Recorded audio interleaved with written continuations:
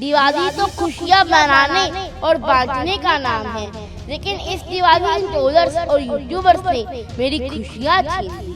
मुझे नहीं पता कि क्यों लोग ऐसे कर रहे हैं हमारे साथ, हालांकि बच्चे ने कुछ गलत नहीं किया। अरे 8-9 साल के बच्चे से तो गलती हो ही सकती है ना। वो सिर्फ भक्ति कर रहा है, वो तो अपना सिर्फ सनातन धर्म का प्रचार कर रहा है। अगर धर्म का प्रचार करने पर ये सजा मिलती है क्या? बाल संत कहे जाने वाले अभिनव अरोड़ा को मंगलवार को लॉरेंस बिश्नोई की गैंग की तरफ से धमकी मिलने की खबर सामने आई।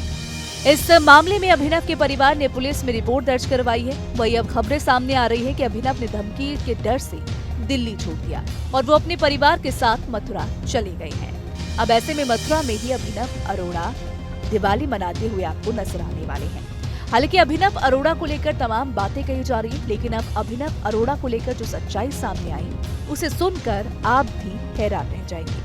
दरअसल अभिनव अरोड़ा 10 साल के हैं। भगवान श्री कृष्ण का एक स्वयंभू भक्त है जिसे बाल संत कहा जाता है। अभिनव को अक्सर सार्वजनिक समारोह और सोशल मीडिया पर आध्यात्मिक वीडियो शेयर करते देखा जाता है। अभिनव को एक यूट्यूबर और इन्फ्लुएंसर के रूप में भी पहचाना जाता है।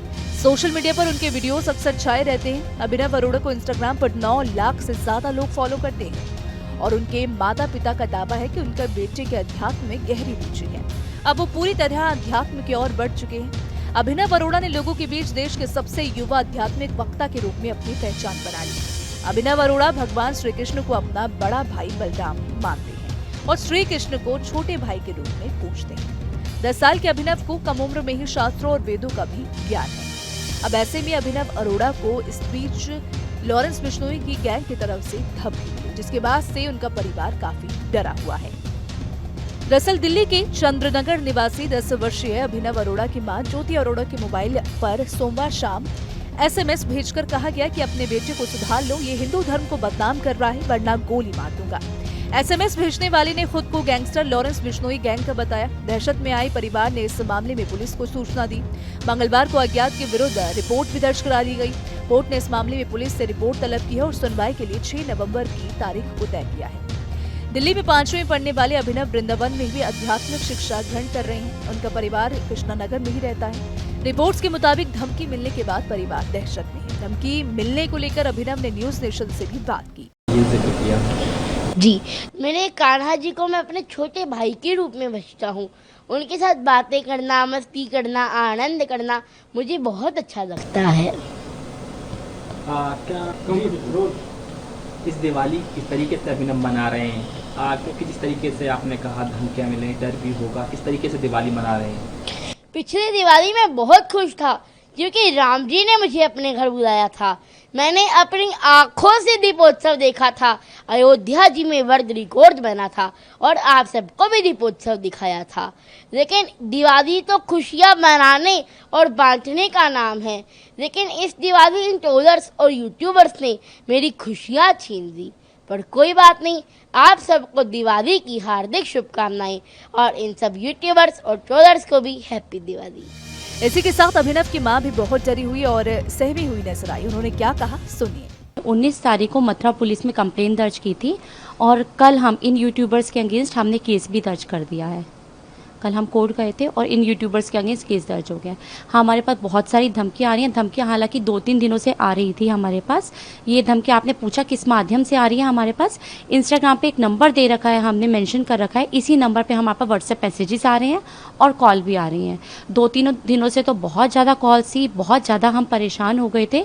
लेकिन कल जब हम कोर्ट से बाहर निकले, कोर्ट से बाहर आते ही आई थिंक 3:30 पौने 4 बजे के करीब हमारे पास व्हाट्सएप मैसेजेस आते हैं और मैसेजेस में हमें धमकाया जा रहा है कि आपको मार दिया जाएगा, आपको ये सब कुछ बहुत ही अपशब्द बोले जा रहे हैं, जो कि मुझे नहीं पता कि क्यों लोग ऐसे कर रहे हैं हमारे साथ। हालांकि बच्चे ने कुछ गलत नहीं किया है, वो सिर्फ भक्ति कर रहा है, वो तो अपना सिर्फ सनातन धर्म का प्रचार कर रहा है।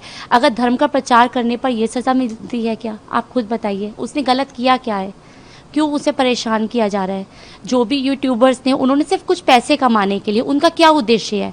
उनका अभिनव से देखिए कोई पर्सनल बायस तो है नहीं। उनका उद्देश्य, जो मुझे लगता है उनका क्या उद्देश्य है कि कुछ भी वीडियो बनाएंगे और उससे उन्हें व्यूज़ मिलेंगे और उनको पैसे मिलेंगे। अरे ऐसे पैसे कमा के वो क्या करेंगे? किसी को परेशान करके अगर आप पैसे कमा भी रहे हैं तो उससे आपको खुशी तो मिल ही नहीं सकती। आप अपनी वीडियोस बना रहे हैं और वीडियोस बना के आप अभिनव के लिए कुछ भी बोल रहे हैं, झूठे एलिगेशंस लगा रहे हैं, आपके वीडियोस चल रहे हैं व्यूज़ कमाने के लिए, आपको पैसे मिल रहे हैं, क्या उस पैसों से आपको खुशी मिलेगी? किसी की खुशियाँ छीन कर आप खुशी नहीं मना सकते। तो बस मैं यही कहूँगी कि जो हमें जो परेशान कर रहे हैं वो इस तरह से मत कीजिए, ताकि आप भी खुशी मनाइए और हमें भी खुशी मनाने दीजिए। और इसके अलावा मैं मथुरा पुलिस को बहुत बहुत धन्यवाद करूँगी, क्योंकि उन्होंने हमारी सुरक्षा का बहुत ध्यान रखा। उन्हें जब पता चला इस तरह से किया जा रहा है तो उन्होंने हमें बहुत अच्छे से हमारा ध्यान रखा, हमें सिक्योरिटी भी प्रोवाइड की और अभी हम सेफ फील कर रहे हैं। आपको बता दें कि दिल्ली के एक प्राइवेट स्कूल में 5वीं कक्षा में पढ़ने वाले 10 साल के अभिनव कहते हैं कि वो धमकियां मिलने के बाद ऐसी स्थिति में स्कूल नहीं जा पा रहे, उनकी बहन भी स्कूल नहीं जा पा रही। और अभिनव के पिता तरुण राज लेखक हैं, वो बोले कि मैं कोर्ट नहीं आना चाहता था। 19 अक्टूबर को पुलिस को शिकायत की, लेकिन कोई एक्शन नहीं हुआ। तो फिलहाल इसको लेकर आप क्या सोचते हैं, आपकी क्या राय है? आप अपनी राय कमेंट सेक्शन में जरूर बताइएगा। वीडियो पसंद आई तो वीडियो को लाइक और शेयर करना ना भूलें। न्यूज नेशन अब व्हाट्सएप पर खबरों के ताजा अपडेट के लिए न्यूज नेशन के इस QR कोड को स्कैन करें।